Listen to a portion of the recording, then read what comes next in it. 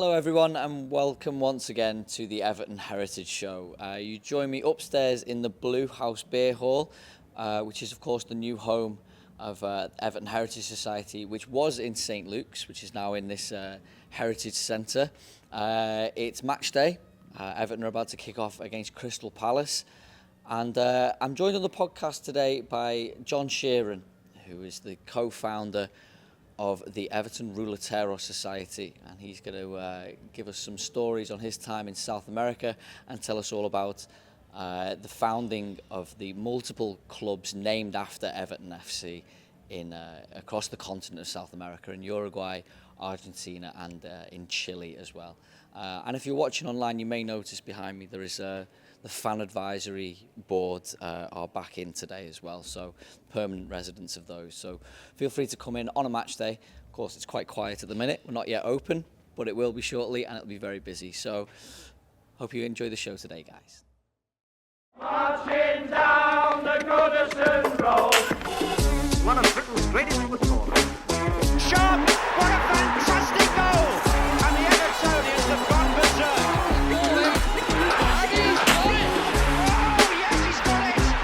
One Evertonian is worth 20 Liverpoolians. Oh, it's great stuff by Everton.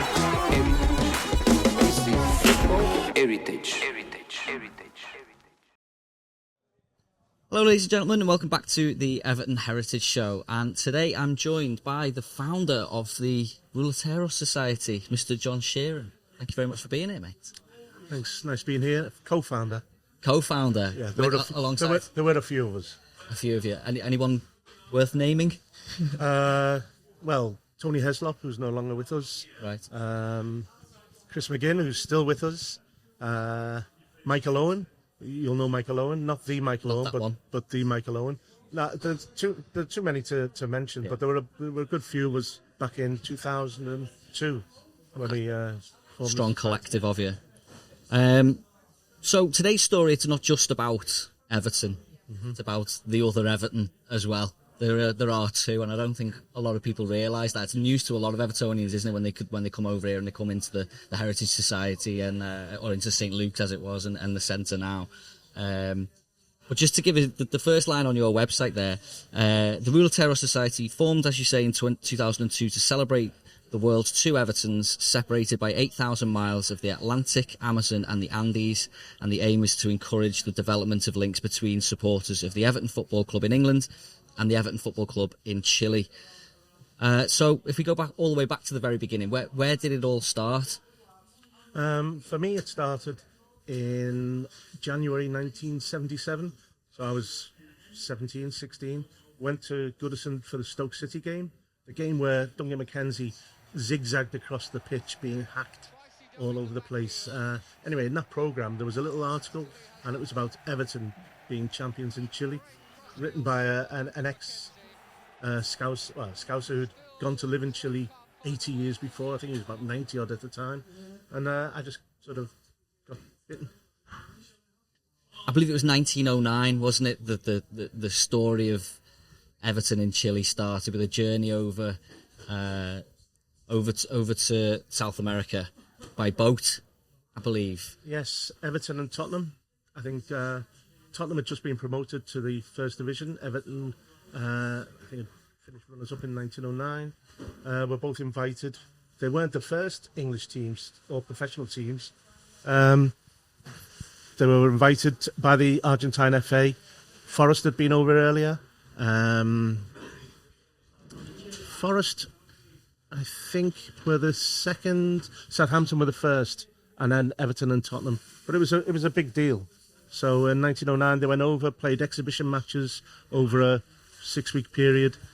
Tottenham and Everton walloped everybody, which wasn't a surprise. But the games between Tottenham and Everton, where the first game was drawn, which was literally hours after stepping off the boat. They drew 2-2, but at the end of the tour, Everton hammered Tottenham 4-0. That's one of the reasons why there were so many clubs at the time called Everton. But the other reason was it was a lot easier for a Spanish-speaking person to say Everton than Tottenham Hotspur, as Ozzy Ardiles showed us decades later. Nice. So as you say, there was clubs over there that took our name. Is that right? But there were already Evertons in. This is the thing. There were Liverpools, Evertons, Bristol Cities. There was a huge expat community.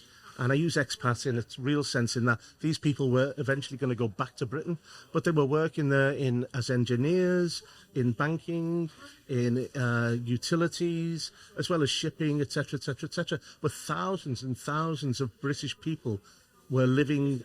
They had their kids in schools there. They had their own churches, and they had their own football clubs. It all came to an end in 1914 with the First World War, and that just put a stop to the lot. So they all came back home. And in the years just before then, the Argentines and the Chileans had started getting their own clubs and sort of pushed the Brits out. And lots of those British early clubs that stayed reverted back to rugby union, to maintain their elusive, superiority. But that's the history. One thing I'd just like to note for you, there's a photograph that I did a film with Brendan Connolly, the collector from the Heritage Society last year, and he brought out this fantastic image of the Everton and alumni teams, one from Buenos Aires on the tour in 1909. I mean, you can indeed. I mean, feel free to study it yourself. I'll drop it in. Well, can you tell us anything about these guys? Well, I've not seen this photograph before, but it's absolutely fantastic. I know the team. I've looked at their history. This is the team of the Browns.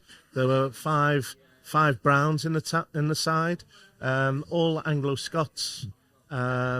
They'd run rampage over Argentine football for 10 years. Champions, great team. But obviously Everton beat them, Tottenham beat them, because these were pure amateurs, and that was the key. Because a year after Everton had been to Argentina, this team basically folded. They stopped operating. I think they moved to the rugby union side, as did St Andrews, who'd won the first championship in Argentina, as did various other of the early Anglo football teams, because what they saw was the locals were not only starting to play football, but they were getting better.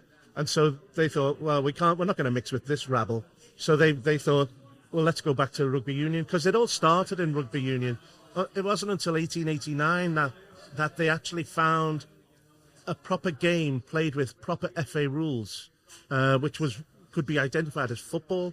Prior to then, it'd been like, it was an amalgam. It was hacking and the odd hand and whatever, but only from 1889 did they go to football. So they lasted for about 10 years, and then they all went back, and they're still playing today.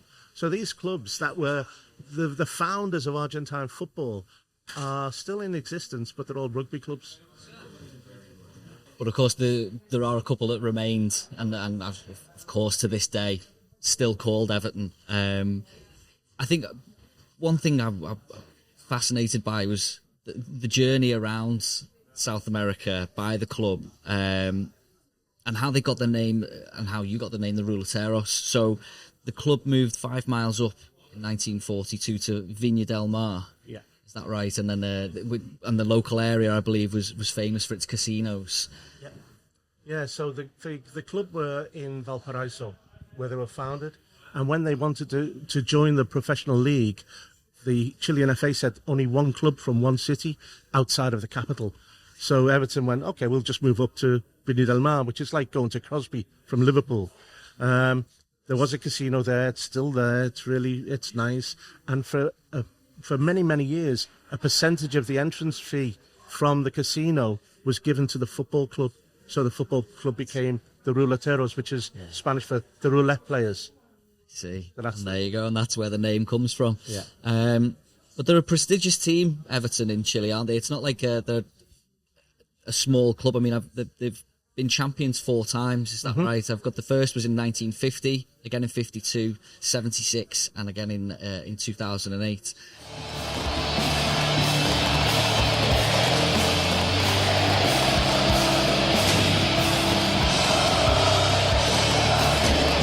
Que giran el segundo palo.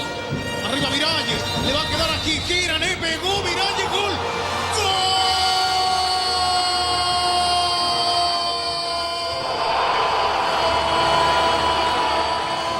y la voz de los que habían callado durante 32 años se comenzaba a sentir. 1-0 para el equipo de los Nelson. Ojo con la zurda de Riveros. El centro de Rivero.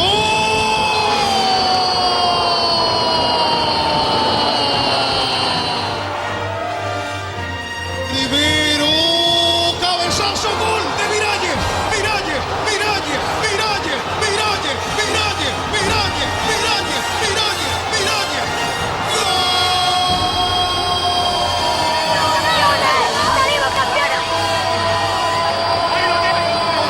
Adentro y con este gol, créame, con este gol Everton puede ser campeón. Minuto 32 del segundo tiempo. El super Mirage, Ezequiel Miralles. Everton 3, Colo-Colo 0. Con este resultado, Everton. Everton es el campeón de la apertura. Hoy día, weón, estoy de cumpleaños.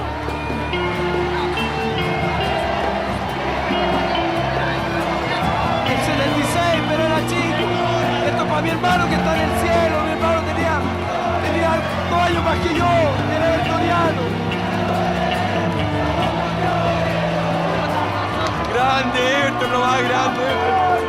Siempre creímos en ti, Everton. Siempre, toda la vida, evertoniano de corazón.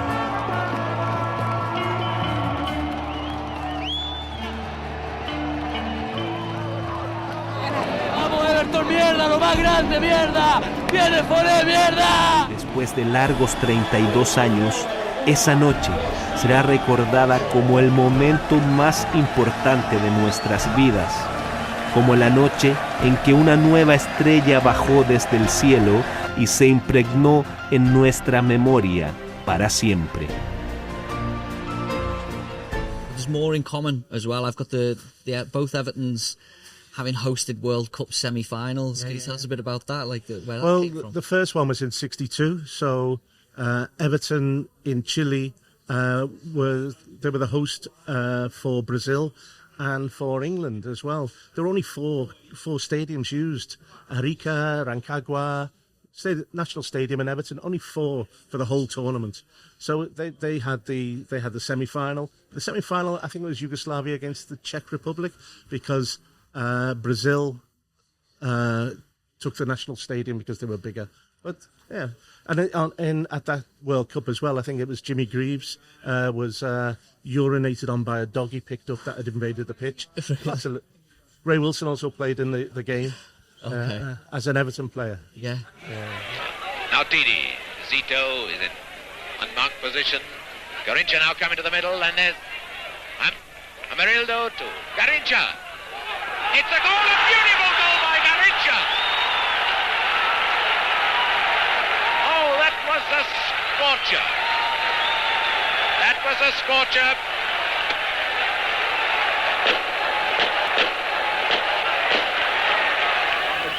Mr. Schwint of France, the referee stopping the play until we remove the dog. Defending animal looks quite happy. Now what's the chances of Ron Springett? Obviously not so good, and Richard Schwint now appealing to officials not to sit there and do nothing, but to come onto the field and do something.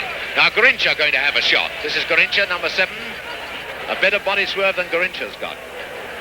Now Jimmy Greaves. Willie. Well done, Jimmy. Jimmy Greaves already the hero of this game, but the dog obviously not like being sent off the field so early.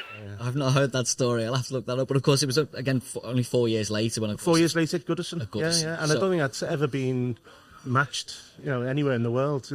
Team with the same name having a semi-final of the World Cup. Yeah, absolutely amazing. I just want to take a little look at you. You wrote a programme article a few years ago. It's if anyone wants to look for it, it's against Spurs on the 1st of April, 2023, and you tell the story of from 1909 of a particular trip that Everton, that our Everton took. They got on a ferry to Montevideo to play a Uruguay 11, and you mentioned a sumptuous pre-match meal. Is there anything you can tell us about that particular occasion? Right. So Tottenham had been across, made the same trip. It was all part of the same tour. It was between the Uruguay and the Argentine FAs. So Argentina hosted both clubs, so did Uruguay. Tottenham had been over like a week before and beaten them 8-0. So, Uruguay weren't really as strong as any of the Argentine clubs. So when Everton went across, I think the Uruguayans must have thought we need to get something in our advantage. So they gave them the big stakes.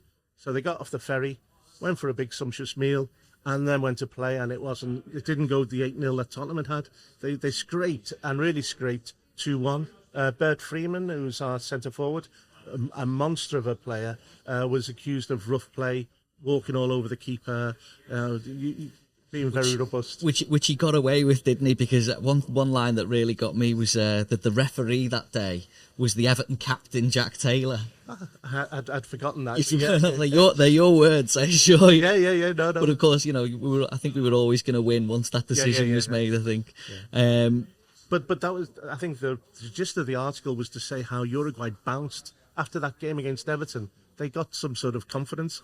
There was also a Scot had moved over from Argentina who introduced a different style of football, and that was like a catalyst for Uruguayan football. But within 12 years, what was that? Within 15 years, they were Olympic champions, of course, and they repeated it, and again, and then they were World Cups. So the inaugural World Cup, wasn't it? They were the first. So I like to think that Everton had a small role in the taking off of Uruguayan football. Yeah, in the success of their World Cup success. Yeah, Olympic, fair enough. World Cup.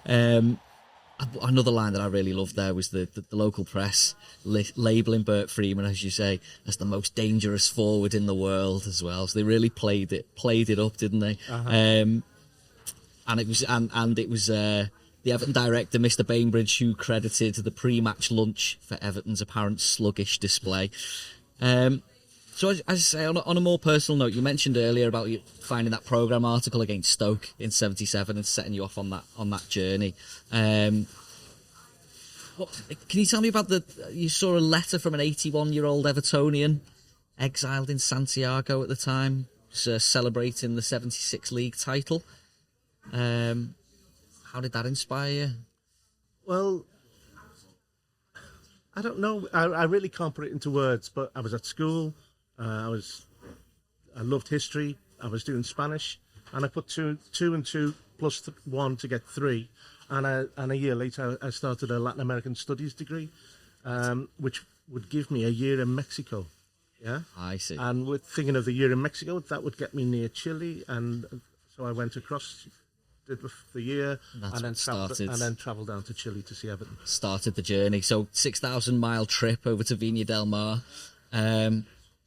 How did your journey happen then? Can you just tell us about your experiences? I'm really fascinated by it. Well, I was 20, so I was a kid. I had no money. So the idea was to drop down to Chile, and I went by bus, hitched, train. It took about 3 weeks to get there. Saw Everton, and on my way back, I just basically was running out of money. So I got stuck in Peru, Lima, for 3 months teaching English. Wow. And then at the end of those 3 months, I managed to work my passage back to England on a ship. So I never got back to Mexico, which was a shame, really. But I managed to get back. I got back to England the day before Everton played the 3,000th match against Brighton away. So I went down to Brighton. We won 3-1. Brilliant. So it was just good. In time. Yeah, it was October when I got back. Yeah. Took about another 3 weeks to get back. And was that in time for more studying? Or my course started the following day. So it was like the day after Brighton. It's just yeah. Brilliant. Yeah, just in time. Have you been back to Viña Del Mar since? I've been about 10 times. Oh wow, okay. Yeah, so I've been going back regularly over the years. I've been with my family, been with friends, but I mostly go alone. I've got friends over there now. So I enjoy it. And when you do go over, is it just a holiday, or is it specifically to visit the Everton clubs? No, it's for the football. Yeah. And you mentioned at the beginning, there are our mission statements, to bring the two clubs closer together, etc., etc., etc. Well, over the years, we've morphed from 2 to 6, so there are now 6 Everton clubs that we've made contact with. So we've been, there are 4 in Argentina, 1 in Uruguay, and the big one in Chile. The other clubs are amateur, which is probably one of the reasons they've survived. They've not flown too close to the sun. They've not chased the fame and therefore not had financial crises. Yeah. But they're fantastic clubs. Yeah. So I believe that while you were on your travels, this fantastic little detail that I found earlier, you uncovered a document related to Salvador Allende. So could you tell us who he was and what you discovered? Right, so Salvador Allende was the first elected Marxist leader in the world, elected. So he won the election in Chile in 1970, and he won it again in 73. Very left-wing, nationalised the copper industry, tried to bring people out of poverty, and basically was the subject of an American-led coup, which ended his life. He died, machine gun in hand, defending the Moneda, the President Palace. That was 1973. I went across in 1987, and a good friend of mine, Juan Foxley, who was the nephew of the founder of Everton Football Club, had sent me a photograph of a gathering in 1923 of all the prize winners for Everton Club. And while I was there, I found a newspaper article which named the prize winners.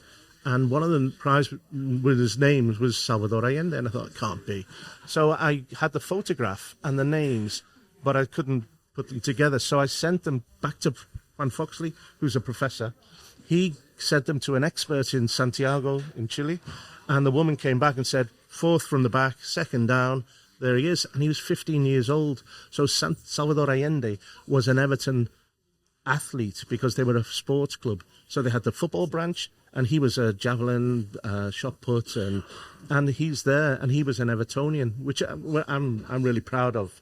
Yeah. But we didn't know until, and nobody knew until, we went 2 and 2 and 2, and there we go. He's an Evertonian. That's amazing, isn't it? Yeah. I think he's quite an iconic individual to it's claim. it's like having Che Guevara, as yeah, your team. Exactly. And I think as Liverpool as a city is obviously famously kind of quite socialist and left wing as well. So of all the leaders to have, I think a left winger is one to be proud of. It's quite ironic though, because after the coup, when Pinochet took over, Pinochet's brother was the vice president of Everton. So let's balance things out. We can't just cherry pick the bits of history we want. Yeah, I think I didn't realise that. So thanks for that's all right. Not many people do. Balance. Yeah, cheers. So if we were to fast forward now. Can you tell us about how after, I believe 101 years later, after their founding, you helped organise the game in which there could be no losers as Everton played Everton? Right, well, when we started the society in 2002, that was our aim, to get Everton to play Everton. And I actually became a shareholder about the same time, along with a few other society members. We used to go to the AGM, and we'd turn up the AGM, Bill would be there and say, hey, questions from the audience, and I'd stand up and say, Mr. President or Mr. Chairman, would it be possible in 2009 to play Everton Chile because they will be 100 years old? Fine. Next year, same question. Next year, same question. This went on for about 6-7 years, and I think Bill was getting a bit cheesed off. And, at first it was quite amusing, and then, the grow. But in the end, I think he got so cheesed off, he said, right, okay, if the manager agrees, you can have the game. So, by quiet persistence, we managed to.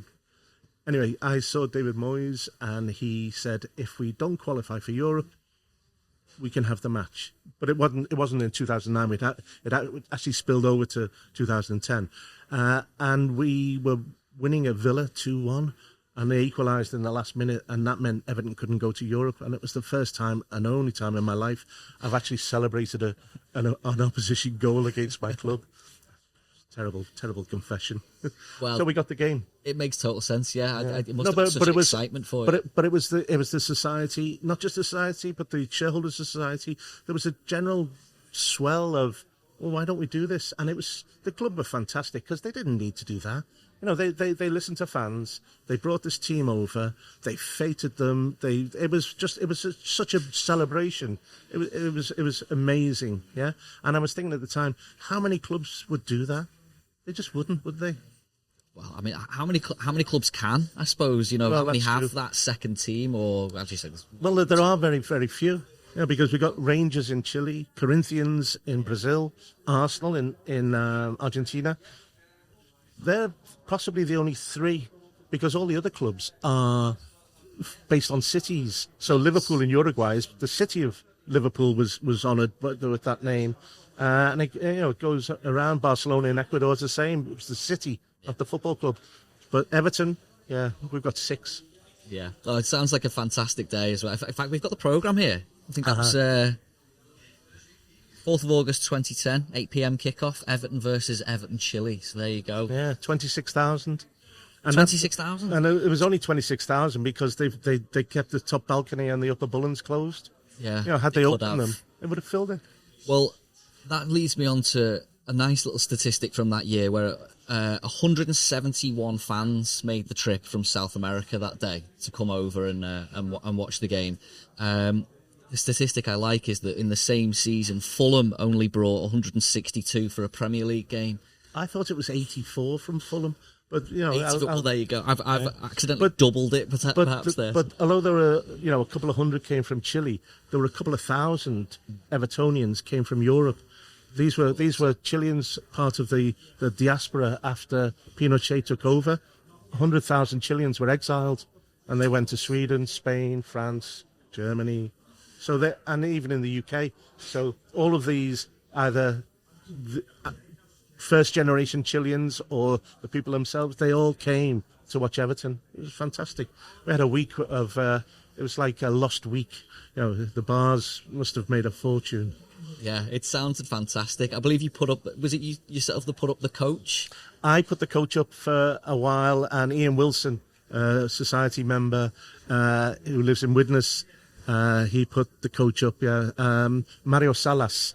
Mario Salas went on to manage champions of Chile, Huachipato, Alianza Lima, the under-21s for Chile. He's a great coach, and he's still at it.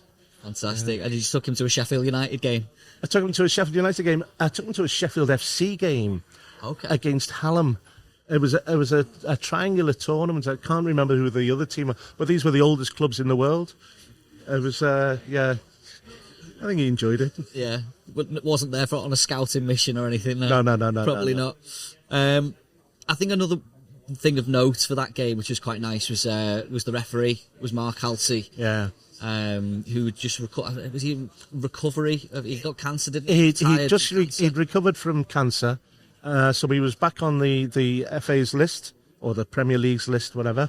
And we weren't being cynical in this, but the Ruletero Society, we created a trophy for him, and it wasn't to curry favour for subsequent matches where Everton were going to be involved, but that blew up anyway because he was never to referee Everton ever again. I think the Premier League realised he was too cosy, because the crowd were great to him. He was coming back, and they really did give him a warm welcome, and we gave him the trophy. I think that sort of sealed it for us as well. Yeah, I think once they have that affinity, maybe referees can't stay too close. Well, I'm not going to mention Clattenburg and Liverpool or anything like that, but they can't get too. They're allowed. We're not allowed. We're not allowed affinities, are we? Yeah. So the game itself, I mean, could you give us a match report? What was the score? The score was 2-0 to Everton. Yeah, Beckford and Billy let them off. Yeah. Out onto the field. This an historical moment. Two teams, of course, with the same name, but the first time ever that a Chilean club side has played in England. Phil Neville captaining the Everton team. There are some of the Chilean supporters, about 300, we understand, have made the trip over to England for this one, and broad smiles as Phil Neville runs down the line. There we go. Everton against Everton. Keep the programme if you've got one. Ramírez en la marca. Viña en el centro, cabezazo, gol. Gol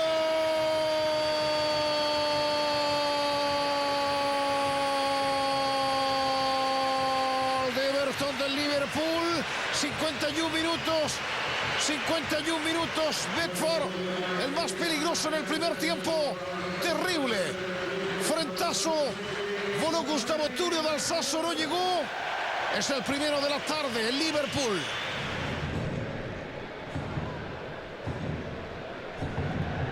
Está Ferreira, vuelve todo también Everton, el centro, el segundo palo, arriba Ferreira, un cabezazo, le va a quedar al ruso, le pega abajo, golazo. Gol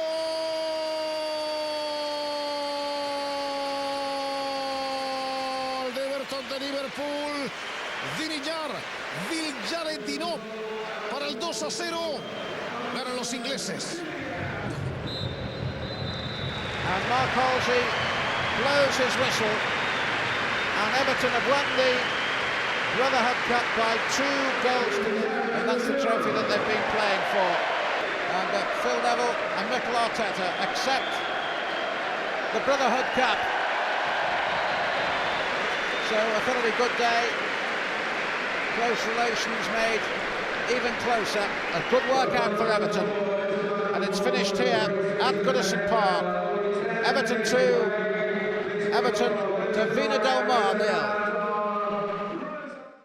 The man of the match, I think, went to Beckford. I think Duncan McKenzie gave the award.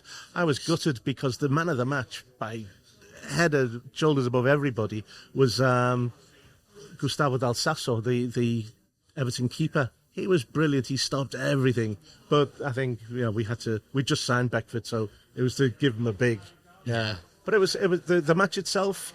Everton had lost their key striker the year before, Miralles. If he'd been around, it might have been slightly different. But they were never going to win. But just to get a goal would have been nice. But Everton were just too good for them. Yeah. Just blew them away. Yeah. I think it was. It's funny listening to you even just do the match report. Everton striker and Everton's goalkeeper. And it took a moment for me to realise which one you were talking about. As you said earlier, though, no one, the game when no one could There's no loser, is there, really? I'm mentioning Jermaine Beckford of having just signed. It was his debut. It was the first time he played in an Everton shirt, so it's nice that he made it 1-0. Both goals assisted by Magai Gay as well. Just another name from the past there. So before we round things up here, I just wanted to draw some attention to the Everton War Memorials, it was created by the Everton Shareholders Association, as well as David France and his wife Elizabeth, which a lot of Evertonians will notice. They're on display either side of the Dixie Dean statue outside Goodison Park. I believe one of them went to Chile as well. Yep. The initiative for that was mainly through Tony Heslow, who was a Ruletero and in the shareholders, and Anne, who I mentioned earlier. So they managed to get donations from members. So it cost quite a bit. 900. I think it was 900 kilos. Oh, it was heavy. Shipped to Chile, and then it just disappeared into the ether in customs. So nice. So I went out, and because Valparaiso, the port where it was locked up, I got in touch with Evertonians who worked in the customs, Chilean Evertonians, and they worked wonders to get it released in time for the November the 11th Remembrance Day, and we had it installed in the stadium. We had the opening ceremony, and it was really, really good. And then when they knocked down the old Sausalito, they took the memorial away, which is a mirror copy, but in Spanish, of the one at Goodison, and they've installed it in the new stadium. Oh, brilliant! So really, they've kept still there. It's still holding. And just to mention the two names who were on that, Malcolm Fraser and Frank Boundy, who, although both born in the UK, were among the founder members of the Chilean Everton back in 1909. Yeah, I think Malcolm Fraser was born in New York, but all the families are Cornish, UK, whatever. Yeah. One ended up fighting for a Liverpool regiment, the other for a Scottish regiment, but both died on the Somme in 1916. One on the first day and one on the 31st of the month. Both buried in the area. Gillemont is the grave of one, and Thiepval, which is a monument because it's basically all the soldiers they couldn't find. So they've just put their names on the monument, and it's like a communal grave for them. Yeah, absolutely. And we have heritage members who've been out over there and made the credits to the memorials and laid our wreaths down and stuff. And so we'll be doing some work on those and bringing their stories to life, hopefully in the coming months and years. So good. None of them are forgotten at all. Yeah, I passed on the way to Spain once. I drove by with my partner, and we just a slight diversion. Before we go, can you just give us an insight into some of the things that you brought along today? I was just, as I say, it's not quite. I got another thing that's not quite in my notes, but of course the T-shirt behind us you sell on the stall here in the Heritage Centre, where people can come in and learn more about this stuff themselves. Yeah, it's Everton more than just one club, with the 6 badges from the 6 Evertons around South America.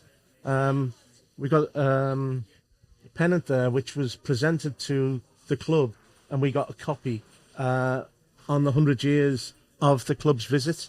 So this is when we went in 2009. A bunch of us, Anne Asquith, Michael Durkin, James Asquith, Paul Wharton and myself. We went to see Everton in Chile for the centenary, Everton in Uruguay for their 89th, and we got that. And we got this from the Uruguayans.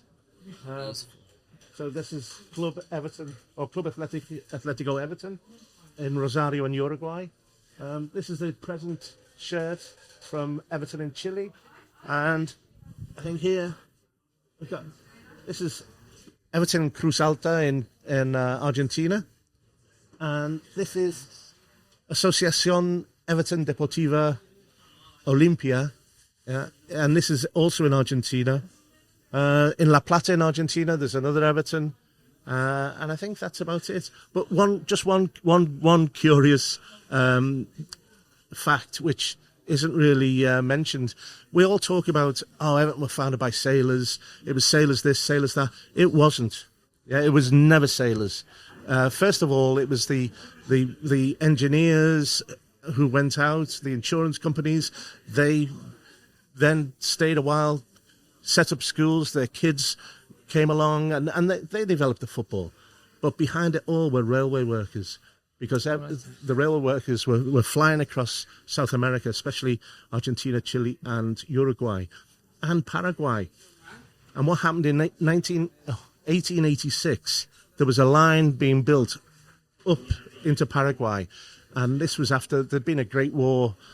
Paraguay took on Brazil, Argentina, and Uruguay, and got hammered, but really hammered. And then after that war, the British went in and built a railway. And in 1886, so this is 7 years after St. Domingo became Everton, there was a game between railway workers from Britain and railway workers from Paraguay. And it's recorded, it's noted as the first ever football match in Paraguay. And of course, you know where I'm going with this, the railway workers from the UK called their team Everton. Yeah. Really? So it's the first match in Paraguay, and it was Everton. Yeah. Wow, that's fantastic. Yeah. Know the score?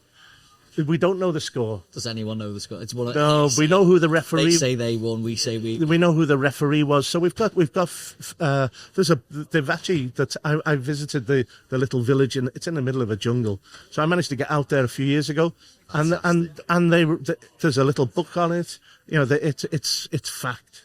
Yeah, that's brilliant. But they don't know the score. No. We could invent it, couldn't we? Yeah. Yeah. Well, absolutely. We work in facts here. Okay. No, but that's absolutely fantastic, mate. I really appreciate it.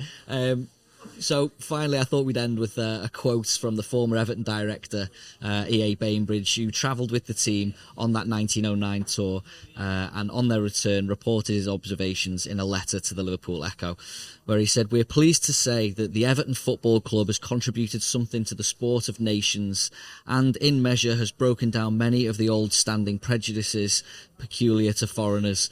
When a team has travelled 24,000 miles in 10 weeks to introduce and develop first-class football and returns with a clean bill of health and a clean slate and at no cost, it has something to be proud of. It's a good one, that, isn't it? It is a good one, yeah. It's a good one. Well, thank you very much for coming in, John. Really appreciate it. Thanks, Lewis. Till next time. Thank you. Cheers. Thanks for joining us again, everyone, for another episode of the Everton Heritage Show. Don't forget to give us a follow and a subscribe. Send us some likes and comments on YouTube and on patreon.com/the Everton Heritage Show. And as always, follow us on the Everton Heritage Society as well. Find our website, efcheritagosociety.com. You see me here. I'm in front of the Ruletero Society stall here at the Heritage Centre. Plenty of things to come and take a look at on a match day. Come check out all of their stores. They've got plenty of stuff for sale as well, so come and see what they have on offer. And yeah, we're about to get off. We're going to go and watch the game once everyone's been in and had a good time, of course. So since Rob had such a fantastic prediction last week, I'm going to give my prediction this week as well. I'm going to go with a 2-1 Everton win, and I reckon a certain Jack Grealish is going to score in about the 95th minute with a big tackle. Thanks, guys.